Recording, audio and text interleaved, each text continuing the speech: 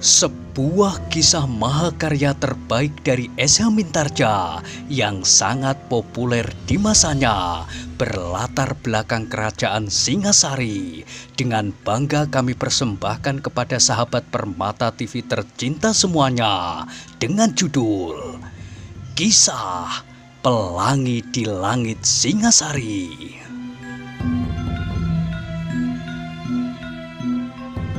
Pada kesempatan yang sangat baik ini, kita masuk pada episode yang ke-155.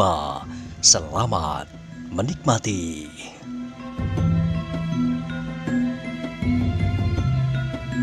Pada episode sebelumnya telah diceritakan, kini Empu Sodo mempergunakan senjata rangkap pada kedua belah tangannya. Tangannya yang kiri menggenggam pedang kuda sempana dan tangannya yang kanan memegang potongan tongkatnya itu. Ia masih belum yakin benar terhadap kekuatan pedang kuda sempana. Apakah pedang itu mampu mengalami benturan-benturan dengan golok kedua orang kemundungan yang besar dan tebal itu? Apalagi terbuat dari baja pilihan. Ia masih lebih percaya kepada tongkatnya yang patah. Tongkat itu kini menjadi pendek. Karena itu, maka kemungkinan patah pun menjadi semakin kecil. Dengan sepasang senjata itulah Empu Sodo melawan kedua kakak beradik itu. Betapa empu tua itu masih dapat meloncat-loncat dengan lincahnya, menyambar-nyambar dengan penuh nafsu yang menyala-nyala di dalam dadanya, sehingga seolah-olah tenaganya menjadi bertambah-tambah. Wong Sarimpat yang kemudian melihat Empu Sodo itu bersenjata pada kedua tangannya, mengumpat tak habis-habisnya, bahkan ia berteriak kepada kuda sempana. "Hei! Anak yang tidak tahu diri, kenapa pedangmu kau biarkan diambil oleh setan tua itu? Sekarang mumpung belum terlanjur, pergilah, pergi jauh-jauh atau kembali ke kemundungan lebih dahulu." Kuda sempana mendengar teriakan itu, tetapi ia masih belum beranjak dari tempatnya. Sementara itu pertempuran masih berlangsung terus. "Cepat pergi!" bentak Wong Sarimpat. "Atau kau ingin aku bunuh pula?" Kuda sempana tidak menjawab, tetapi ia masih belum bergerak. Kuda sempana itu berpaling ketika Kepu Sindet yang tiba-tiba telah berada di sampingnya dan membiarkan adiknya bertempur seorang diri melayani Empu Sodo. Dengan nada yang datar ia berkata, "Kuda sempana, sebaiknya kau mendahului kami pergi ke kemundungan. Letakkanlah Maisa Agni itu di pembaringan, supaya ia tidak terlanjur mati. Aku memerlukannya hidup-hidup, seperti kau juga. Bukankah kau ingin melihat anak muda itu mengalami seperti apa yang pernah kau alami? Sakit hati yang tidak tersembuhkan."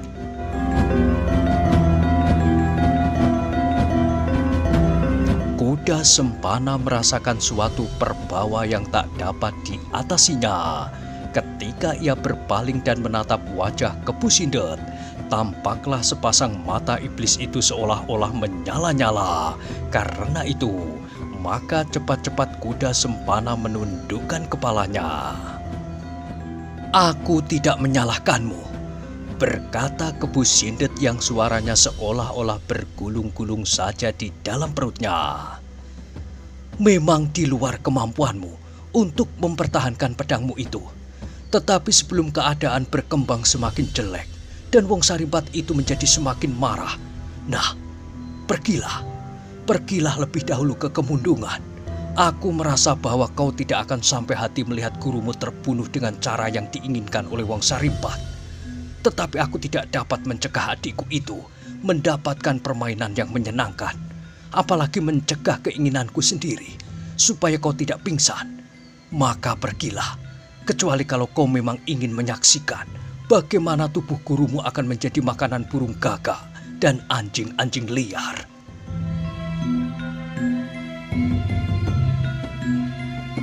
Terasa dada kuda sempana menjadi semakin pepat, namun ia masih saja tidak bergerak. Kata-kata Kepu Sindet yang diucapkannya perlahan-lahan itu justru terasa betapa mengerikannya. Tanpa dikehendakinya, maka kuda sempana itu memandangi gurunya yang sedang berkelahi melawan Wong Sarimpat. Meskipun kemampuannya sama sekali masih kurang cukup untuk menilai perkelahian itu, tetapi ia dapat merasakan bahwa gurunya mempunyai beberapa kelebihan dari Wong Sarimpat. Senjata gurunya di kedua belah tangannya tampak menyambar-nyambar mengerikan di antara ayunan golok Wong Sarimpat. Tetapi Empu Sodo sendiri dapat pula melihat bahwa Wong Sarimpat tidak berada dalam puncak kekuatannya. Dan Empu Sodo dapat melihat bahwa hal itu adalah akibat luka di pangkal lengannya. Luka itu agaknya selalu mengganggunya hanya karena ketahanan tubuh Wong Sarimpat yang luar biasa. Maka luka itu tidak banyak mempengaruhinya. Kepu Sindet pun melihat pula akan hal itu, tetapi ia sama sekali tidak mencemaskannya. Ia memang melihat kelemahan adiknya dan apabila hal itu dibiarkannya, maka Wong Sarimpat akan lebih dahulu kehabisan tenaga.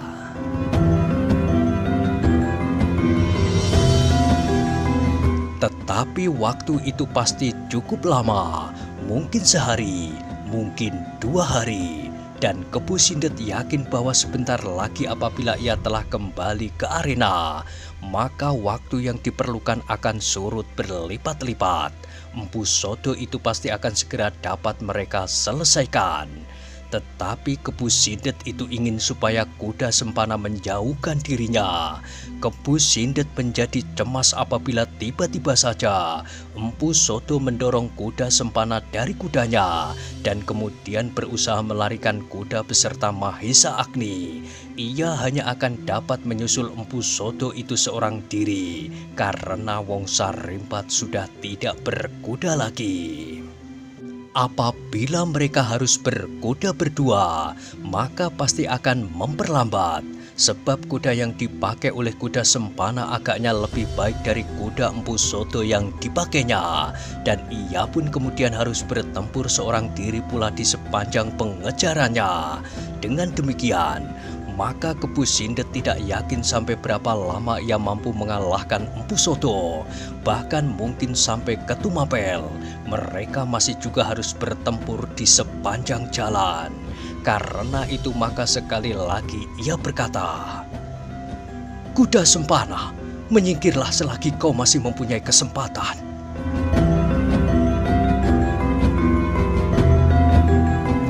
Pengaruh kata-kata Kepu Sindet serta sorot matanya yang seakan-akan langsung menembus ke jantungnya itu tidak dapat dihindari oleh kuda sempana, sehingga seperti terdorong oleh suatu tenaga yang tidak dimengertinya. Tiba-tiba ia menggerakkan kendali kudanya. Perlahan-lahan kuda itu berjalan dan kemudian memutar. "Bagus," desis Kepu Sindet. "Dahululah. Jangan terlampau cepat, supaya kami segera dapat menyusulmu." Kepala kuda sempana yang kosong telah membawanya berjalan perlahan-lahan menjauhi arena. Sekali-sekali ia berpaling, dan kini dilihatnya Kepu Sindet telah pula menyerang Empu Sodo.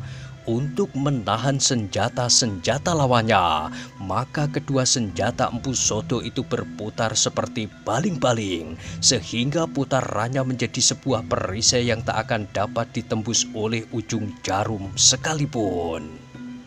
Tetapi kuda sempana itu tertegun sejenak, bahkan terdengar mulutnya menggeram. Meskipun demikian ia tidak memutar kudanya kembali ke arena perkelahian itu. Dengan dada yang berguncang-guncang ia melihat sekali gurunya terpelanting ketika ia menahan sergapan tiba-tiba Kepu Sindet dari atas kuda. Tetapi Empu Sodo itu masih cukup lincah. Ketika Wong Sarimpat berusaha menerkamnya, maka orang tua itu sudah bangun dan sekali lagi diputarnya kedua senjatanya untuk melindungi dirinya. Meskipun demikian, Segera terasa bahwa perlawanannya itu akan tidak banyak berarti bagi kedua iblis itu. Sebentar lagi maka ia pasti akan kehabisan tenaga dan kedua golok lawannya itu akan mencincang tubuhnya. Empu Sodo menggeram. Kalau yang membawa Mahesa Agni itu bukan kuda sempana, setidak-tidaknya aku mendapat kesempatan untuk mendapat kawan mati dan bahkan melarikan kudanya bersama Mahesa Agni. Mungkin aku akan berhasil memancing salah seorang dari keduanya untuk mengejarku di atas kudanya.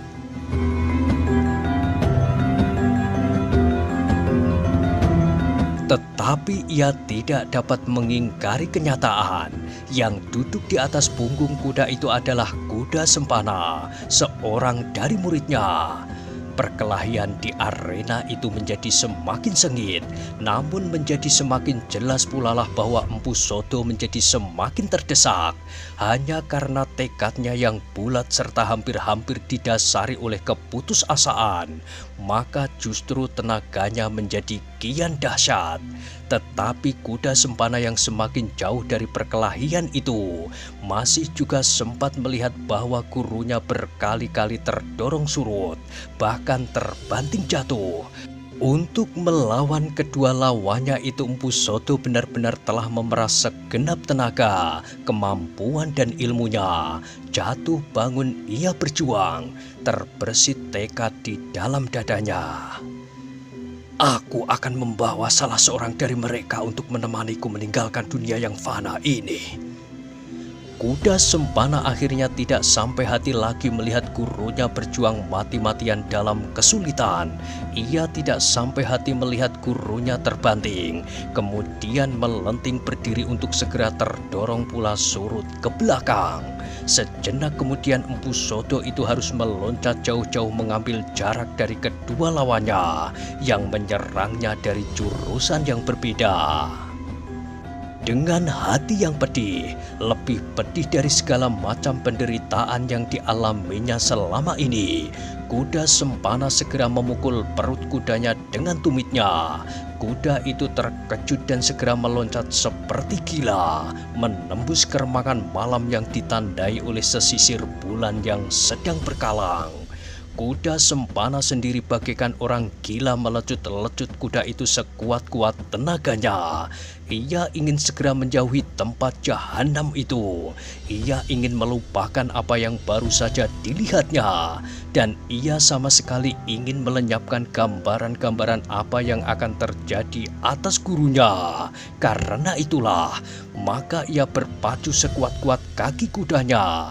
Hampir-hampir ia tidak memperhatikan lagi Mahesa Agni yang tersangkut di punggung kuda itu pula. Demikianlah, Kuda Sempana berusaha melarikan diri dari kenangan dan angan-angannya masa-masa lampau dan masa-masa yang akan datang. Dengan demikian ia pun seakan-akan melupakan dirinya sendiri di masa kini. Ia tidak tahu kemana kudanya akan pergi, tetapi kuda itu adalah kuda yang dibawanya dari kemundungan, sehingga kuda itu berlari menurut jalan yang dikenalnya, kemundungan. Sedang di belakang Kuda Sempana itu, gurunya bertempur antara hidup dan mati. Disadarinya bahwa nyawanya sebentar lagi akan meninggalkan tubuhnya, tetapi ia tidak akan menyerahkan nyawanya seperti seekor lembu di pembantaian. Namun tiba-tiba perkelahian yang semakin seru dan semakin berat sebelah itu terganggu.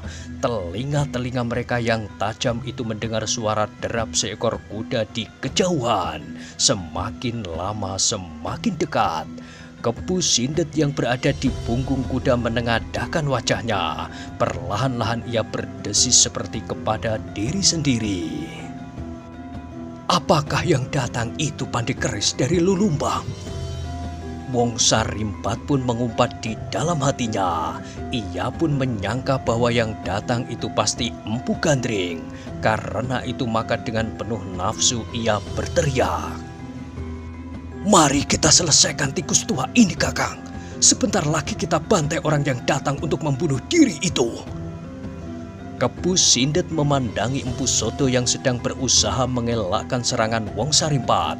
Dengan suara berat dan datar ia menjawab, "Satu lagi datang seorang yang ingin membunuh Empu Soto itu pula.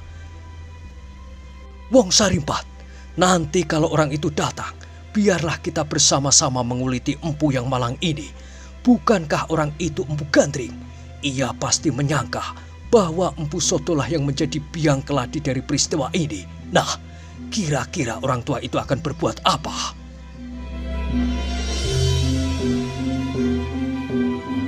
Empu Soto tidak menghiraukan apa yang mereka percakapkan, tetapi ia menyerang lawannya sejadi-jadinya. Semakin lama semakin dahsyat, seperti angin pusaran di musim kesongo. Wong Sarimpat yang lebih banyak menjadi sasaran serangan Empu Soto itu mengumpat di dalam hati.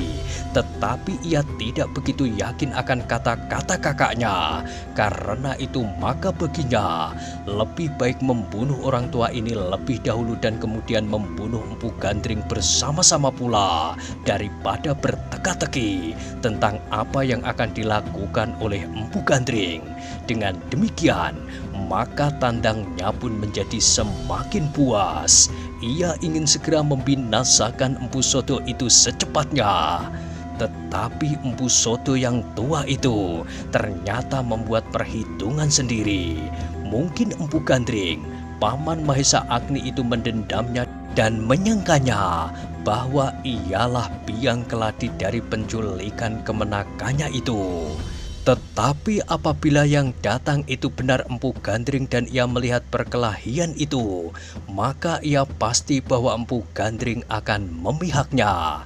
Sebab ia adalah pihak yang lemah. Apabila Empu Gandring itu berhasil keluar dari perkelahian itu bersamanya, mengalahkan kedua iblis dari kemundungan. Dan seandainya Empu Gandring masih tetap dalam pendiriannya menyangka dirinya dengan tuduhan itu, maka lawannya adalah pihak yang lemah, bukan kedua orang iblis itu lagi. Dengan demikian, Empu Soto bertekad untuk bertempur terus. Meskipun Empu Soto itu menjadi semakin terdesak, tetapi ia mempunyai harapan untuk bertahan sampai kuda itu menjadi semakin dekat. Segala cara ditempuhnya untuk menyelamatkan dirinya, meloncat-loncat, berlari-lari, melingkar-lingkar pada gerumbul-gerumbul liar. Ia tidak peduli lagi apa yang dikatakan orang tentang dirinya. Ia akan mempergunakan segala cara. Kepu Sindet dan Wong Sarimpat mengumpat-umpat di dalam hati. Bahkan Wong Sarimpat itu pun berteriak, "Hei, Empu Soto, apakah kau sudah kehilangan sama sekali harga dirimu? Bagaimana mungkin seorang empu yang sakti bertempur dengan cara itu?" Empu Soto tidak menyahut. Ia bertempur semakin liar.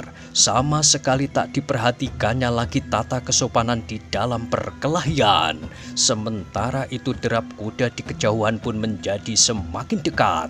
Harapan Empu Soto pun menjadi semakin berkembang. Tetapi Kepu Sindet dan Wong Sarimpat menjadi semakin keras mengumpat-umpat. Akhirnya mereka yang sedang bertempur itu melihat seekor kuda berpacu seperti angin mendekati titik perkelahian itu.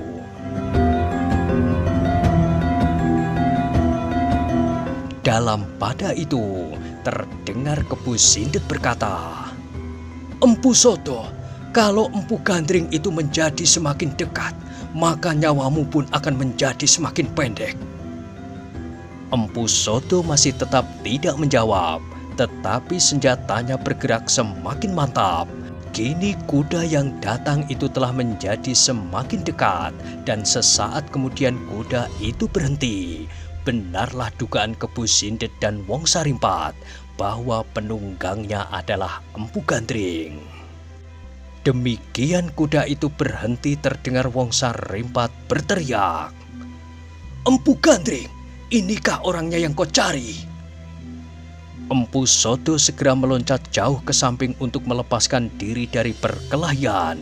dengan sebuah senyuman ia menyambut kedatangan Empu Gandring. Katanya, "Selamat malam, Empu. Telah cukup lama kita menunggu kedatanganmu." Empu Gandring yang duduk di atas punggung kudanya termenung sejenak melihat apa yang sedang terjadi. Ia tidak dapat segera mengerti mengapa Kebu Sindet dan Wong Sarimpat bertempur melawan Empu Sodo. Yang terdengar kemudian adalah suara Kebu Sindet kepada Empu Gandring. "Kau telah menemukan orangnya, sumber bencana yang menimpa Mahisa Agni." Tetapi Empu Gandring tidak segera memberi tanggapan. Ia masih saja duduk membeku di atas punggung kudanya. Sementara itu Wong Sarimpat berteriak, "Mengapa kau masih saja diam seperti patung?" Kebu Sindetlah yang menyahut, "Apakah kau memerlukan penjelasan, Empu Gandring?" Empu Gandring menarik nafas dalam-dalam. Ia ingin menghadapi persoalan itu dengan tenang, supaya ia tidak terperosok dalam suatu sikap yang salah.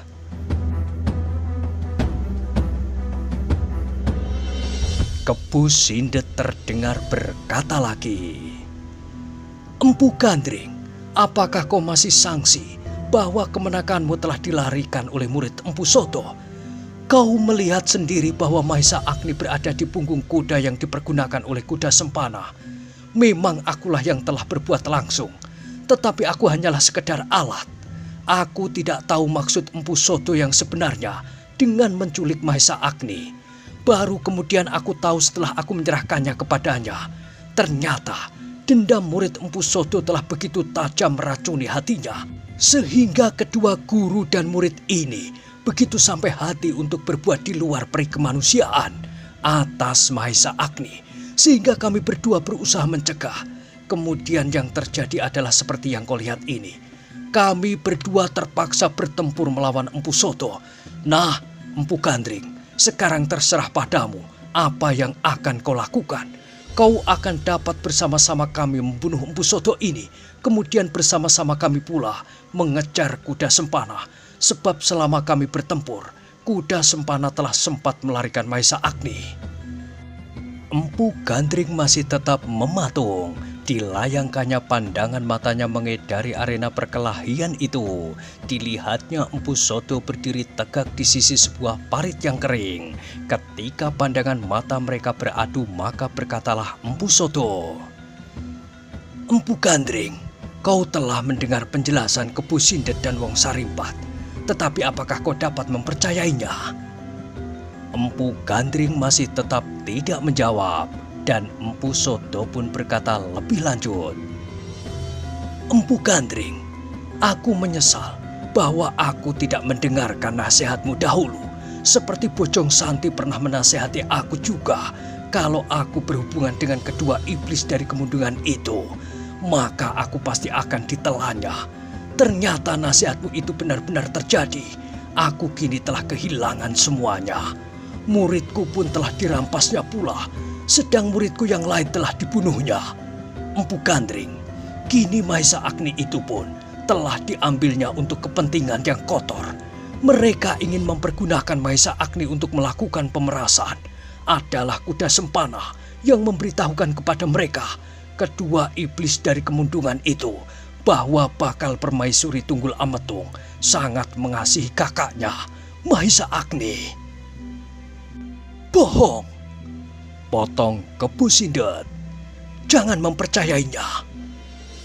"Empu Gandring," berkata Empu Sodo pula, "kau telah mendengar penjelasan Kebu Sindet dan Wong Sarimpat, dan kau telah mendengar penjelasanku pula.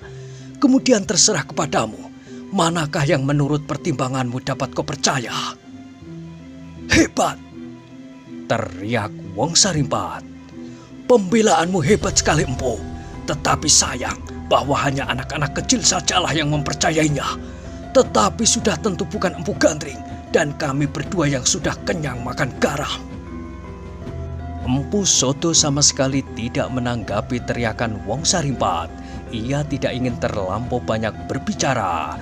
Tetapi ia yakin bahwa Empu Gandring dapat melihat keadaan dengan wajar, sebab orang itu dahulu pernah mengatakan kepadanya sedikit tentang Kebu Sindet dan Wong Sarimpat. Karena itu maka Empu Sodo membiarkan saja Wong Sarimpat berteriak-teriak terus. "Empu Gandring, apalagi yang kita tunggu? Marilah kita selesaikan saja gurunya. Kemudian marilah kita susul muridnya ke padepokan Empu Sodo. Mahesa Agni itu pasti dibawanya ke sana untuk diperlakukannya dengan biadab." Wong Sarimpat berhenti sejenak, tetapi karena Empu Gandring masih belum menjawab, maka ia berkata selanjutnya, "Atau kau ingin mendahului kami menyelamatkan kemenakanmu itu, sementara kami menyelesaikan orang ini? Nanti sesudah pekerjaan ini selesai, maka kami pun akan menyusulmu ke padepokan Empu Sodo itu." Ketika Wong Sarimpat terdiam, maka kesenyapan segera menerkam suasana. Kebu Sindet, Wong Sarimpat dan Empu Sodo menjadi tegang menunggu sikap Empu Gandring. Keputusan orang itu akan menentukan keadaan. Apabila Empu Gandring berpihak kepada Kebu Sindet dan Wong Sarimpat bersama-sama membinasakan Empu Sodo, maka kemudian ia pun pasti akan binasa pula di tangan kedua iblis itu. Tetapi kalau ia berpihak kepada Empu Sodo, maka keadaannya akan berbeda. Ternyata perhitungan Empu Gandring itu tidak jauh berbeda dengan perhitungan Empu Sodo. Kalau ia berpihak kepada Empu Sodo, maka seandainya ia masih menjumpai persoalan dengan orang itu, maka kedudukan mereka pasti akan seimbang.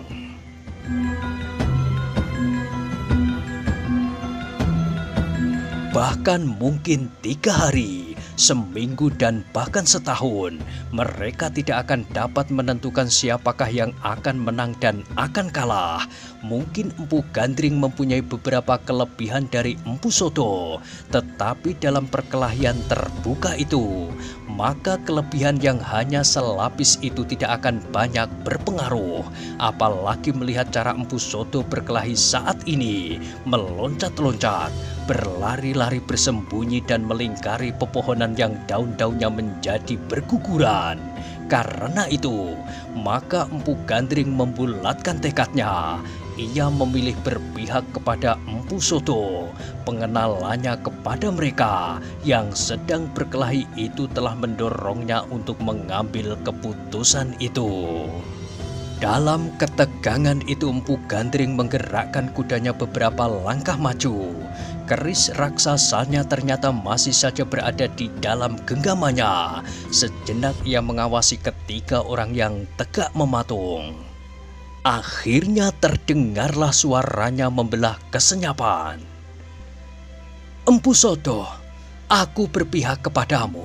Meskipun setelah pertempuran ini selesai, entah sehari atau seminggu, aku masih harus berurusan dengan kau." "Baik, Empu," sahut Empu Sodo. "Aku terima syaratmu. Ternyata kau cukup bijaksana menentukan pilihan." "Persetan kalian!" Tiba-tiba Kebu Sindet berteriak nyaring. Tanpa berkata sepatah kata pun lagi, kudanya meluncur dengan cepatnya menyerang Empu Gandring. Untunglah bahwa selama ini Empu Gandring tidak meninggalkan kewaspadaan, sehingga ketika golok iblis itu mematuknya, maka Empu Gandring pun segera menangkisnya dengan keris raksasanya. Empu Gandring menggeram. "Kau segera mulai, Kebu Sindet. Baiklah, aku memang ingin segera menyelesaikan persoalan ini." Kebu Sindet tidak menjawab. Kudanya segera berputar untuk melakukan serangan sekali lagi. Demikianlah, maka Kebu Sindet dan Empu Gandring itu segera terlibat dalam perkelahian yang seru. Masing-masing adalah orang-orang yang pilih tanding. Meskipun Empu Gandring tidak setangkas Kebu Sindet bermain-main dengan kuda, tetapi ketangkasannya menggerakkan senjata dapat mengimbangi kekurangannya, sehingga perkelahian itu pun menjadi seimbang. Keduanya sambar-menyambar dengan dahsyatnya. Senjata-senjata mereka terayun-ayun dan berputaran. Seolah-olah di langit telah berterbangan 1000 macam senjata dari kedua jenis senjata itu. Keris-keris raksasa dan golok-golok yang berkilat-kilat. Empu Sodo masih saja berdiri di sisi sebuah parit yang kering. Perlahan-lahan ia melangkah maju sambil menarik nafas dalam-dalam. Kini ia mempunyai harapan lagi untuk mempertahankan hidupnya dan menolong Mahesa Agni. Dengan penuh minat diperhatikannya perkelahian yang dahsyat antara Empu Gandring dan Kebu Sindet yang masing-masing berada di punggung kuda. Seperti sedang melihat sepasang burung Garuda yang bertempur di udara. Di tempat lain, Wongsa Rimpat pun memandang perkelahian itu dengan penuh gairah. Tanpa disadarinya sekali-sekali tangannya menyentuh-nyentuh luka di pangkal lengannya. Meskipun luka itu sudah tidak berdarah lagi, tetapi masih juga terasa bahwa luka itu agak mengganggunya.